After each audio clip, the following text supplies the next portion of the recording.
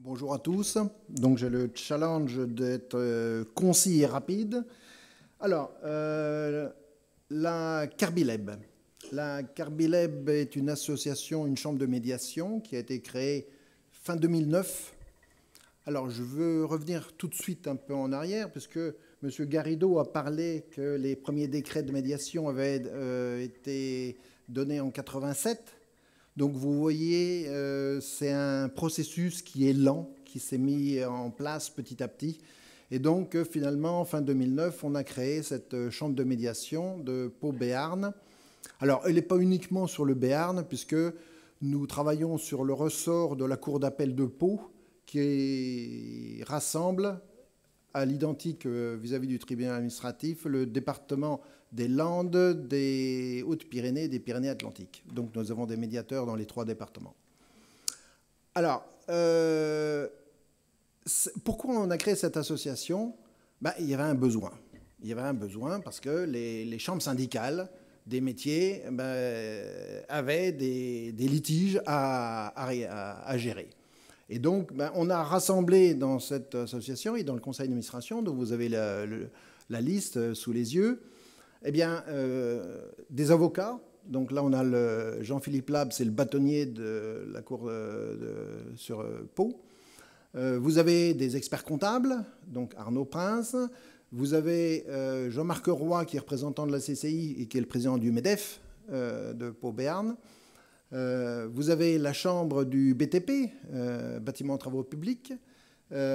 Moi-même qui représentais, alors excusez du sigle, mais le sigle a changé. L'Union des industries chimiques a été remplacée par France Chimie, donc je représentais la chimie au sein de cette association.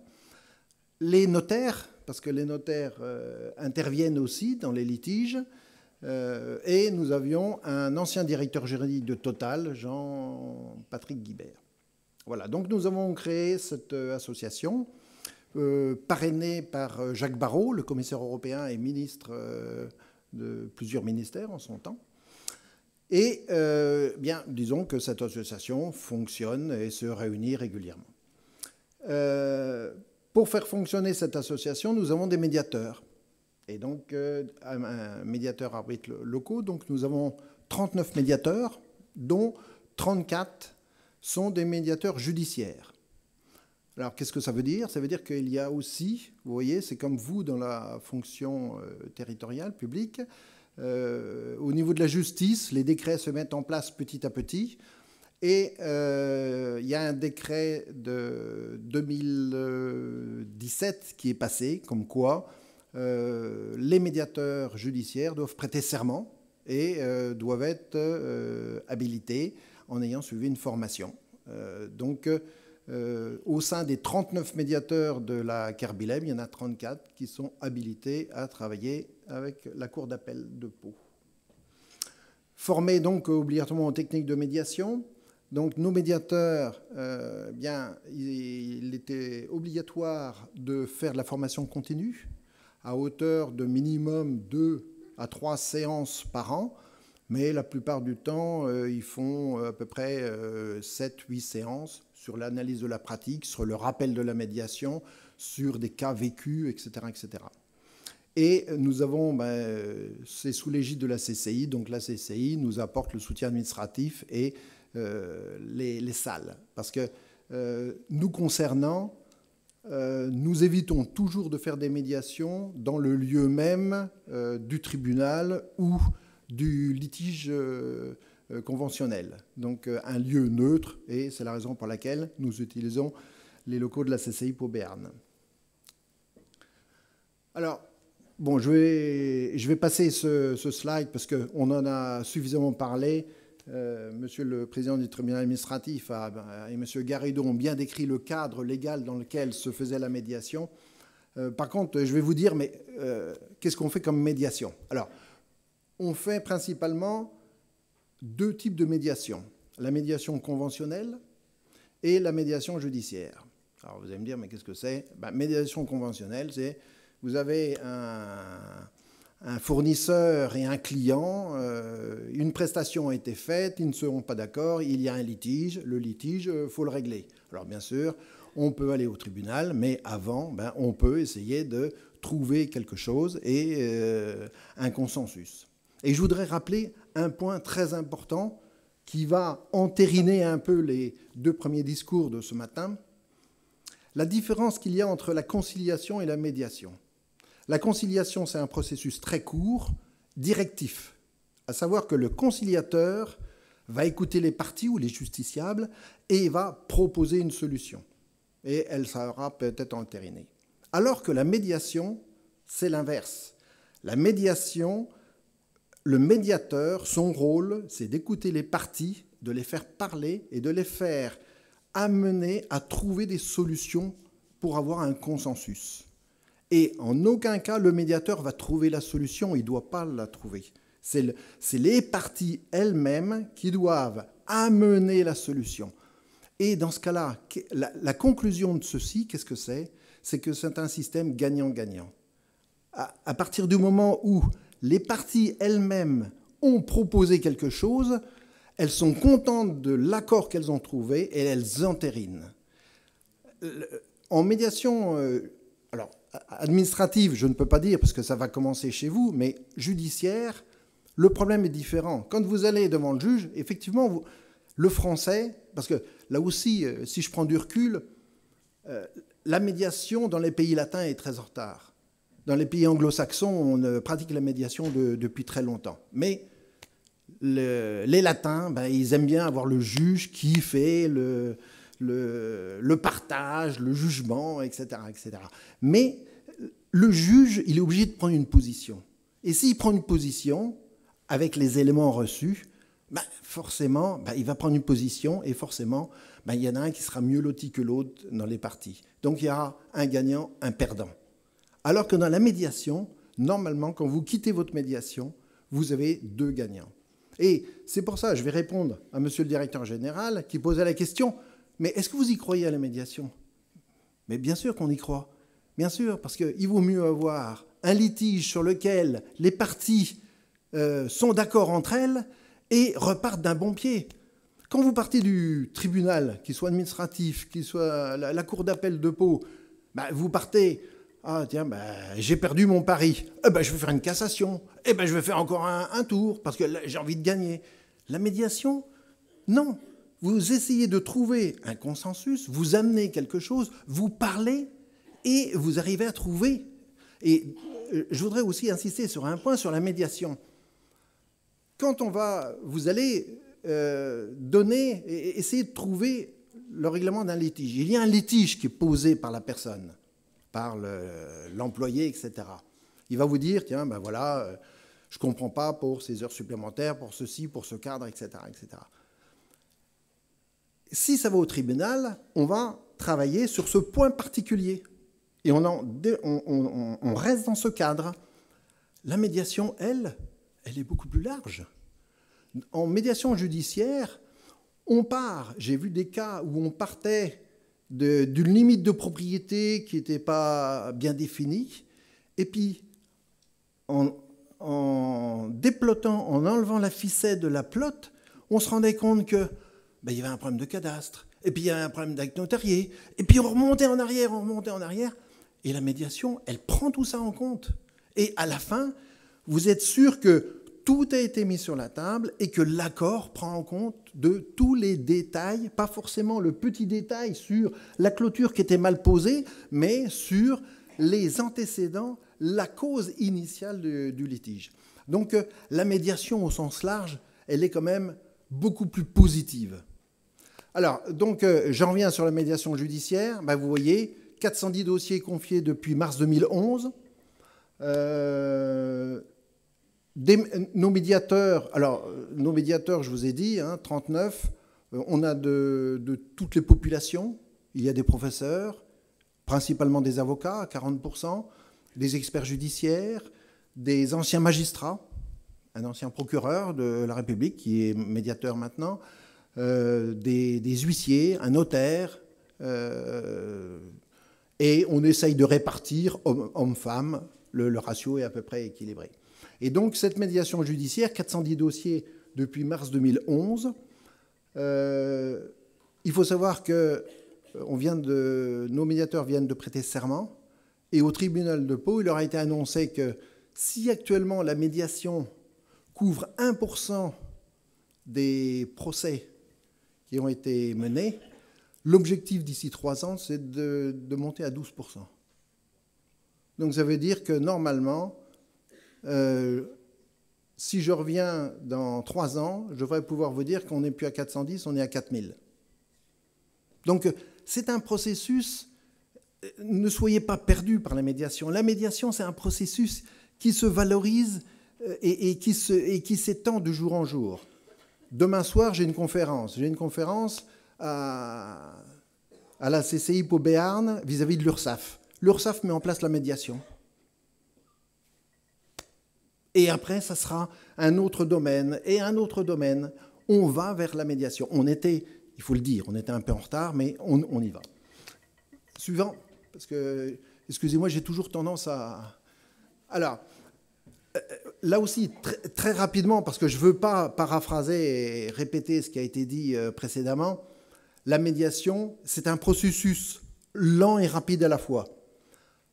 Lent parce qu'il faut prendre son temps. Vis-à-vis d'une conciliation, c'est lent. Mais rapide, je peux vous dire, par exemple, médiation judiciaire à la Cour d'appel de Pau, dans certaines chambres, que je ne citerai pas, entre le procès et l'appel, 3 ans. Là, le juge propose une médiation. La médiation, c'est un décret, c'est 3 mois renouvelables une fois. Et c'est fini. Ça interrompt c'est pareil, c'est ce qui vous a été proposé. Ça interrompt la procédure judiciaire pendant la médiation. On fait 3 mois, où là, alors, dans la médiation judiciaire, là aussi, c'est un message que je vous fais passer. Le juge propose la médiation aux parties, aux justiciables, et les justiciables sont susceptibles de se faire accompagner par leurs avocats. Ce n'est pas obligatoire, mais on préconise. Parce que l'avocat, quand il y a un procès, il n'y a que lui qui parle. La partie ne parle jamais. Et malheureusement, elle ne s'exprime pas et elle reste un peu laissée pour compte. Alors qu'à la médiation, on insiste pour que ce soit les parties qui parlent. Et les avocats se taisent, mais sont les conseils.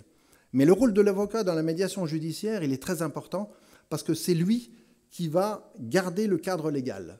Et c'est la raison pour laquelle, dans votre cas, je préconise que vous n'allez pas demander des avocats de façon systématique, mais par contre que tous les accords, les protocoles qui soient, je dirais, proposés, soient validés par l'organe juridique du CDG 40, pour bien vérifier que le médiateur n'est pas un expert des décrets, de la jurisprudence, etc. Le médiateur, c'est un facilitateur. Et donc, s'il y a quelqu'un du métier qui vérifie que le protocole est bien en accord avec la loi, et en plus, comme ça répondra à la question de monsieur tout à l'heure, de vérifier que, a priori, vis-à-vis de la jurisprudence, on est à peu près dans les clous et on traite deux collectivités de la même façon pour un problème similaire. Alors, rapidité, j'en ai parlé. Confidentialité, oui, c'est confidentiel, c'est vrai. Donc, vous avez une question à résoudre au niveau du tribunal administratif. La souplesse, on en a parlé. L'efficacité. Alors, je ne vais pas vous dire que ça marche à 100%, c'est pas vrai. Parce qu'il y a des parties qui abandonnent, qui non, finalement, je ne veux pas, etc. Mais nous avons quand même le privilège d'annoncer 67% de réussite. Et si on n'avait pas ça, ça serait des problèmes aux tribunaux qui seraient encore plus. Je ne vous parle pas des temps d'attente. Les coûts maîtrisés, alors pour le CDG, enfin pour le CDG 40, c'est le CDG 40 qui paye la médiation, mais la médiation, elle est payante. Il faut payer une petite part sur le médiateur, contrairement à la conciliation qui est totalement gratuite.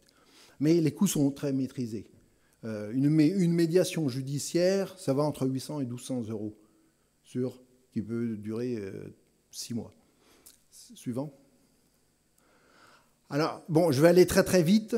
La décision rendue ne résout pas le problème. S'il y a eu un problème, il y a un problème. Il reste. Mais la décision, c'est le protocole. On va essayer de trouver un accord entre nous. Le problème restera. le conseil favorable à la médiation, donc tout ce qui est, là c'est vis-à-vis du judiciaire, tout ce qui est, les avocats maintenant commencent à être persuadés, convaincus, parce qu'on leur enlève un petit peu de leur boulot quand même. Puisque avant, sans ça, les procès duraient en longueur, et puis plus ça durait, plus l'avocat il était payé, et puis donc tout allait très bien. Maintenant, ils ont compris que finalement, il faut aller vers la médiation, et c'est pour ça qu'on a de plus en plus de médiateurs avocats. Et les avocats, maintenant, sont favorables à la médiation. Complexité de l'affaire, enjeux financiers, maintien des relations commerciales. Suivant. Qui est concerné? Alors, là, je dirais, c'est pour vous dire un peu ce qui se passe à l'extérieur. Litige commercial civil, des chefs d'entreprise qui ne sont pas payés, des contrats inexécutés, des associés d'une société, rupture d'une SCP, des membres d'une association, un bailleur, un particulier, tout type de litige. Tout type de litige peut se traiter par la médiation. Alors, là, bon, je vais faire un petit peu ma petite publicité quand même. À tout moment, vous pouvez demander, faire appel à une chambre de médiation. Alors, pardon ? 24 heures sur 24, oui, sans doute. Alors, non, je vous rassure tout de suite, on n'est pas la seule. Il y a une chambre de médiation à Bayonne qui s'appelle Amar. Il y a une chambre de médiation à la CCI de Tarbes. Il y a une chambre de médiation auquel appartient Alain Roy qui va prendre la parole maintenant. À Bordeaux, il y en a plusieurs. Bon, maintenant, si vous voulez, si vous avez des questions, vous pouvez toujours contacter la Carbileb. Voilà, et en suivant ce processus, on met en place une médiation. Je voulais encore vous faire passer un message que je viens d'oublier, mais bon, il reviendra plus tard, tant pis, c'est trop tard. Je vous remercie. Donc, Alain Roy, moi je suis, à la base j'étais ingénieur, et puis depuis 2002, je me suis formé à la médiation. Je ne fais plus que de la médiation et de la formation à la médiation également, à l'école d'avocats de Versailles où j'ai longtemps enseigné, et puis je continue à garder ça. C'est très intéressant que les futurs avocats emmènent leurs clients en médiation plutôt que de les emmener au tribunal. Voilà. Donc je suis un passionné aussi. Je n'ai aucune expérience encore en droit administratif puisque ça démarre, donc forcément j'en ai pas. Et par contre j'en ai beaucoup y compris pour les relations de travail, puisque j'ai piloté pendant presque 4 ans, de 2009 à 2014, le groupe de 30 médiateurs qui étaient présents dans le dispositif des chambres sociales à la Cour d'appel de Paris, c'est-à-dire les appels des prud'hommes. Donc c'était que des litiges, si vous voulez, de type relations humaines, enfin, problème du travail. Voilà. Donc j'en ai vu beaucoup. Avant de parler de la médiation elle-même, je voudrais vous parler du conflit. Et ça, c'est quelque chose que j'explique, par exemple, aux élèves avocats. Qu'est-ce que c'est qu'un conflit ? Il y a des caractéristiques très intéressantes. Et j'aime bien le représenter, si vous voulez, comme imaginez 2 tours que j'appelle les positions. Et chacun des deux est juché en haut de ses positions. Et chacun défend sa position, son point de vue, si vous voulez. Il est en haut de son point de vue. Mais du fait que chacun est isolé en haut de sa position, il n'y a plus de communication. Ils ne peuvent plus se parler. Ils sont trop loin l'un de l'autre. Et ça, c'est la première caractéristique de ce qu'on peut appeler un conflit. C'est que les gens ne peuvent plus se parler. Il n'y a plus de communication. C'est la première caractéristique. Et du coup, comment on ne peut plus se parler ? On ne peut plus se demander au fait pourquoi tu as fait ça, etc. Donc on va fantasmer sur ce qu'a fait l'autre. Et peu à peu, on va diaboliser l'autre. Et c'est valable pour les deux. Chacun va diaboliser l'autre, se faire un film et construire dans sa tête tout seul sa solution à lui, qui est la bonne solution, comme si l'autre n'existait pas. Voilà. Donc ça, c'est la première caractéristique du conflit. La deuxième, c'est qu'en même temps que les gens construisent leur position, alors je prends l'image de dire, au début, ils ont une pelle et une pioche, donc ils prennent la terre et ils montent leur position. Et puis après, ils vont voir un avocat qui amène des engins de chantier, et puis on bétonne un truc vraiment costaud. Hein. Et donc, en même temps qu'ils construisent leur position, ils creusent, il faut prendre la terre, donc ils creusent un espèce de fossé dans lequel ils se retrouvent tous les deux isolés. Et j'appelle cela le piège du conflit. Et ça, c'est vraiment très intéressant, ce concept du piège du conflit. Comprendre qu'une fois que les gens sont en conflit, ils ne maîtrisent plus rien, c'est le conflit qui les domine, si vous voulez. Ça, c'est un concept intéressant. Parce que quand vous entendez quelqu'un qui vous dit « Attends, je ne pouvais pas me laisser faire, il fallait bien que je réagisse ». Qu'est-ce qu'elle vous dit, cette personne? Elle vous dit « Ce n'est plus moi qui pilote ma vie, c'est le conflit qui me pilote. » Ou alors, il y a vraiment, bon là, je ne pense pas que vous ayez ce genre de truc, mais ça peut exister dans les conflits, c'est « On en crèvera peut-être tous les deux, mais ce n'est pas toi qui gagneras. » Si vous voulez. Ça, c'est le conflit. Voilà. Et effectivement, des fois, ils en crèvent tous les deux. Bon, en tout cas, ce qui est intéressant, c'est que c'est le concept du piège, c'est-à-dire ils ne peuvent pas en sortir tout seuls. Et comme ils ne peuvent pas en sortir tout seuls, qu'est-ce qu'ils ont comme solution? Soit ils vont voir un juge, et le juge, il leur présente les deux positions, qui sont évidemment incompatibles. Hein, par exemple, c'est moi qui dois avoir la garde des enfants, et l'autre en face, non, c'est moi qui dois avoir la garde des enfants. Voilà, deux positions incompatibles. Et le juge va trancher, faire un gagnant, un perdant. Soit on va aller en médiation. Et en médiation, on va en parler. Là, on va discuter. Peu à peu, on va déconstruire les positions, remblayer le fossé et pouvoir se parler. Et en se parlant, on va trouver des solutions. Le rôle du médiateur, ce n'est pas, comme un juge, de trancher, ce n'est pas de décider quoi que ce soit, ce n'est même pas de dire qui a raison, qui a tort. Le médiateur sait très bien que chacun a ses raisons, que chacun a sa vérité. Et ça ne le gêne pas. Hein. Ah, vous me dites que pour vous, c'est blanc. Ah, d'accord, pour vous, c'est blanc. Et pour vous, c'est noir. Ben d'accord, pour vous, c'est noir. Moi, ça ne m'empêche pas de dormir. Hein. Ça ne m'empêche pas qu'ils se parlent et qu'ils arrivent à créer des nuances de gris ou des damiers ou n'importe quelle solution créative.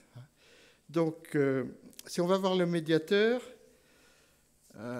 qu'est-ce qu'il va faire le médiateur? Eh bien, il va essentiellement, comment dire, vous voyez, le conflit et la médiation, c'est un problème de compréhension de l'autre. Le conflit s'arrêterait si chacun comprenait le point de vue de l'autre. Mais le drame humain, c'est qu'on ne peut pas commencer à comprendre l'autre si l'autre ne vous a pas déjà compris. Vous voyez? Forcément, ça ne peut pas se gérer tout seul, à deux. C'est l'affrontement binaire. Chacun attend que l'autre fasse le premier pas. Et puis comme l'autre attend aussi que l'autre fasse le premier pas, ça ne marche pas. Et donc on se retrouve en judiciaire. Alors que quand on met un tiers, qui est le tiers médiateur, on passe en mode triangle. Et là, le médiateur, il va commencer à comprendre l'un et à comprendre l'autre. Et alors chacun, en étant compris, va faire un peu de place dans sa tête pour accueillir l'autre. Voyez ? Parce que quand vous êtes dans le conflit, vous en avez tellement gros la patate qu'il n'y a pas de place pour accueillir l'autre. Donc il faut que ça sorte, il faut que ça sorte. Le médiateur, lui, il peut le prendre, ça sort, et du coup, vous faites de la place et vous accueillez l'autre. Voilà. Bon, ça, c'est des mécanismes très généraux du conflit et de la médiation, qui ne s'appliquent pas forcément toujours à vos cas, mais qui permettent de comprendre c'est quoi la médiation. Donc, en médiation, comment il va procéder, le médiateur? Dans une première phase, il va accueillir les gens et poser des règles de la médiation. La médiation, ce n'est pas une procédure, c'est un processus assez souple.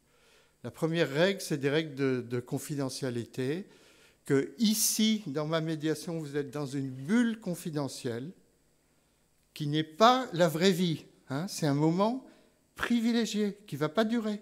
C'est la médiation. Et dans cette bulle-là, vous êtes deux personnes à égalité. Même s'il y a un patron et un agent, ici, c'est deux personnes qui se parlent. Hein, on le sait très bien qu'une fois sortis de la médiation, ils retrouvent leurs relations hiérarchiques, etc. Mais pendant la médiation, c'est deux personnes à égalité. Et donc, le médiateur, en créant ces règles, va imposer des règles d'écoute. Écoute sans interruption. Et vous savez, les gens ne s'écoutent jamais dans la vraie vie. Hein. Vous êtes d'accord? Quand vous commencez à parler, vous n'êtes pas au tiers de votre phrase, que l'autre a arrêté d'écouter et prépare sa réponse. Hein. Vous êtes d'accord? Hein, c'est ça la vraie vie. Eh bien, la médiation, c'est pas ça. Pourquoi? Parce qu'il y a ce fameux adage « qui ne dit mot consent », vous savez? Et en médiation, c'est pas vrai. Qui ne dit mot, écoute. Et écouter, ça ne veut pas dire qu'on est d'accord. On peut écouter, c'est pas dangereux. Et le médiateur impose l'écoute. S'il n'y a pas d'écoute possible, ben, il arrêtera la médiation. Parce que si on ne peut pas s'écouter, ça ne sert à rien. Mais donc, les gens vont accepter, ils seront tellement contents d'être compris déjà par le médiateur qu'ils auront envie de rester dans la médiation. Et donc, il y aura l'écoute mutuelle qui s'installera. Donc, dans une première phase, on ne va pas s'occuper des solutions. On va revenir sur le passé. Comment ça se fait que, alors qu'il y a une époque où tout allait bien entre nous, aujourd'hui, il n'y a plus rien qui va et qu'on se retrouve là dans cette histoire? Comment ça se fait? Alors, on revient sur le passé, on s'explique, on lève les malentendus, on fait tout ça. Et on en arrive à ce que j'appelle le basculement de la médiation, qui est la phase de compréhension mutuelle. C'est le moment où les gens peuvent dire « Bon, je ne suis toujours pas d'accord avec toi, mais au moins maintenant je comprends pourquoi tu avais fait ça, etc. » Bon. Et donc on a les bases de pouvoir construire un futur. Bon. Alors, à ce moment-là, on va envisager des solutions possibles avant finalement de s'engager vraiment dans un accord. Alors, pour vous faire comprendre ça, alors qu'avant, on avait des positions, vous savez, avant que tant que l'autre n'existait pas, vraiment, là, en médiation, l'autre existe, on est obligé de le prendre en compte, puisque comme le médiateur ne peut rien imposer, à la différence du juge, forcément, ce qui sort de la médiation, c'est soit il n'y a pas d'accord, un tiers des cas, soit s'il y a un accord qui sort, 2 tiers des cas, c'est forcément que c'est les deux qui l'ont créé ensemble, et donc ils sont forcément d'accord, et ils les exécutent forcément, puisque c'est leur truc qu'ils ont défini eux-mêmes. Hein. Je vais vous prendre l'analogie de l'orange, que vous compreniez la différence entre les positions qu'on présente au juge en lui demandant de trancher et les intérêts qui sont satisfaits dans la médiation. Ce n'est pas du tout la même chose. L'analogie de l'orange, c'est ça, c'est 2 enfants qui se disputent une orange. C'est moi qui dois avoir l'orange, non, etc. Bon, ça s'engueule bien, si vous voulez. Et au bout d'un moment, les parents arrivent, coupent l'orange en 2, donnent la moitié à chacun, comme ça, il n'y aura pas de jaloux. Et, sauf que les 2 se mettent à pleurer. Alors les enfants disent, mais écoutez, vous avez chacun la moitié, tout va bien. Et là, on commence à parler, parce qu'avant, les enfants ne parlaient pas, ils se disputaient, et donc, on n'avançait pas. Et en parlant, qu'est-ce qu'on découvre? Qu'il y en a un qui voulait l'orange, mais toute l'orange, pour se faire un jus d'orange, et l'autre voulait l'orange, toute l'orange, parce qu'il a besoin du zeste pour une pâtisserie, vous voyez? Donc, autant, quand on reste sur les positions, il n'y a pas de solution. Autant quand on prend le temps en médiation de descendre pour chercher qu'est-ce qui est vraiment important pour les gens. C'est quoi ce qu'on appelle les intérêts ou les besoins, voire les valeurs d'ailleurs, hein, parce qu'en médiation, on peut aussi défendre son honneur et ses valeurs. Hein, c'est pas... Oui, alors ça c'est un truc que je voulais vous dire. La médiation, c'est le mot médiation. Ça veut dire au milieu. Donc les gens croient que c'est un truc pour se faire avoir, être obligé de céder, d'ailleurs souvent on dit un compromis. Non, la médiation, c'est pas ça. La médiation, c'est beaucoup plus ambitieux. C'est la plus belle solution possible pour chacun. Hein. C'est ambitieux. Donc surtout, pensez pas que on va en médiation parce qu'un mauvais accord vaut mieux qu'un bon procès. Enfin, vous voyez, ce genre de... Non. Médiation, c'est un bon accord. Hein. Donc, je disais, autant les positions, on ne peut rien faire avec, autant quand on va chercher ce qui est vraiment important pour les gens, on peut construire une solution. En tout cas, c'est ça le but du jeu. Alors, dans un premier temps, c'est des idées de solutions, une phase de créativité, hein, Et ensuite, on dit parmi toutes ces solutions sur lesquelles décidez-vous de vous engager. C'est un engagement, l'accord de médiation. Voilà. Alors, si on... je ne sais pas, combien de temps il me reste? En minutes ou en secondes? Alors, très très vite, si on compare, si on contraste la médiation par rapport au processus judiciaire, si vous voulez. Le juge est obligé de juger en droit et il n'y a pas de place pour l'équité. Hein. Il est obligé d'appliquer le droit. En médiation, on n'est pas obligé d'appliquer le droit. Enfin, on est tenu par le droit et de toute façon, le juge, derrière, c'est le filet de sécurité. Mais on n'est pas obligé. On pourrait éventuellement... Il peut y avoir des cas où l'un des deux renoncera à un droit qu'il aurait parce qu'il obtient quelque chose encore mieux en plus. Mais enfin, je ne sais pas si ça s'applique à vous, ça peut-être pas. Bon, ok. En tout cas, on n'est pas limité par le droit. D'autre part, le jugement se limite aux litiges portés devant le juge. Mais ça, M. Lemeter l'a déjà dit.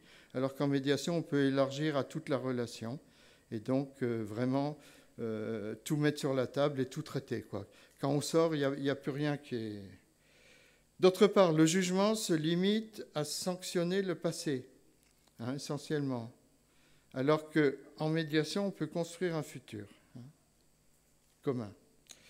Je l'ai dit, donc le jugement, c'est l'application du code, alors qu'en médiation, c'est la créativité des solutions, en restant dans le cadre légal, évidemment. Hein. La sentence du juge s'impose aux parties, avec l'aléa judiciaire. Hein. De toute façon, chacun pense qu'il va gagner quand il y va. Ben, forcément, il y a donc un aléa.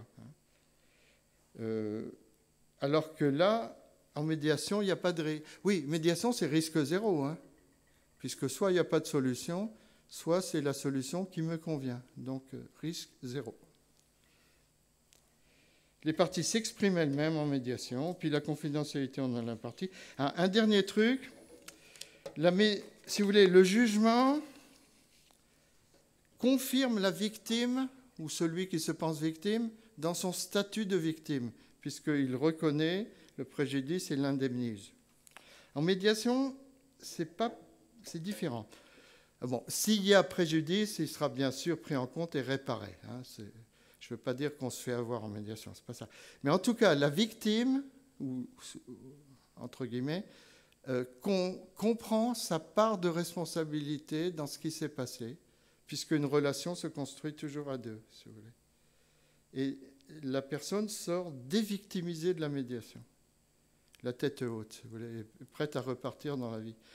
Notamment parce qu'elle a fait elle-même le choix de s'engager dans l'accord. Moi, j'ai eu le cas, c'était une femme, ça faisait 2 ans qu'elle était payée à rester chez elle. 2 ans, je ne sais pas si vous vous rendez compte. Elle avait été couverte d'eczéma de la tête aux pieds, elle avait eu dépression déclarée maladie professionnelle. Ce n'est pas tous les jours. Hein. Qu'est-ce qui s'était passé? C'était une secrétaire de direction qui avait décidé de devenir juriste en faisant des cours du soir, etc. Donc, elle était sortie du rang et tous les autres, ils lui ont fait payer. D'autant plus que je crois que quand elle était secrétaire de direction, elle croyait qu'elle pouvait aller embêter un peu tout le monde. Donc une fois qu'elle ne l'était plus, paf! Alors ils ont commencé à lui rendre la vie impossible et la DRH n'a pas su la défendre et comprendre ça. Donc finalement, elle s'est retrouvée en très grande souffrance, etc. Bon, donc on fait la médiation, on trouve un accord, et puis dans les 15 jours, elle dit « Ah oui, mais il faudrait rajouter ça. » Bon, on refait une séance, on retrouve un accord, elle refait encore le coup une autre fois. Bon, les avocats commençaient à en avoir un peu marre.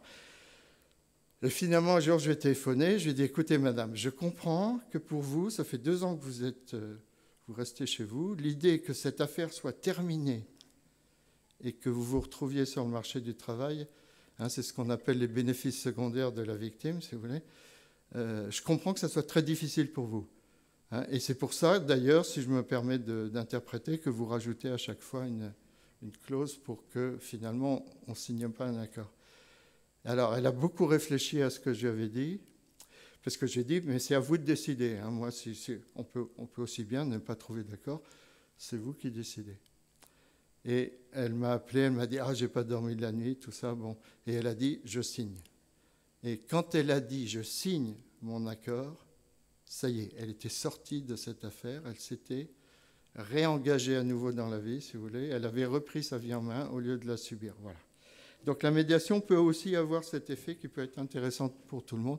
En tout cas, le rétablissement des relations peut être très très intéressant, notamment dans les petites communes où tout le monde vit ensemble. Voilà.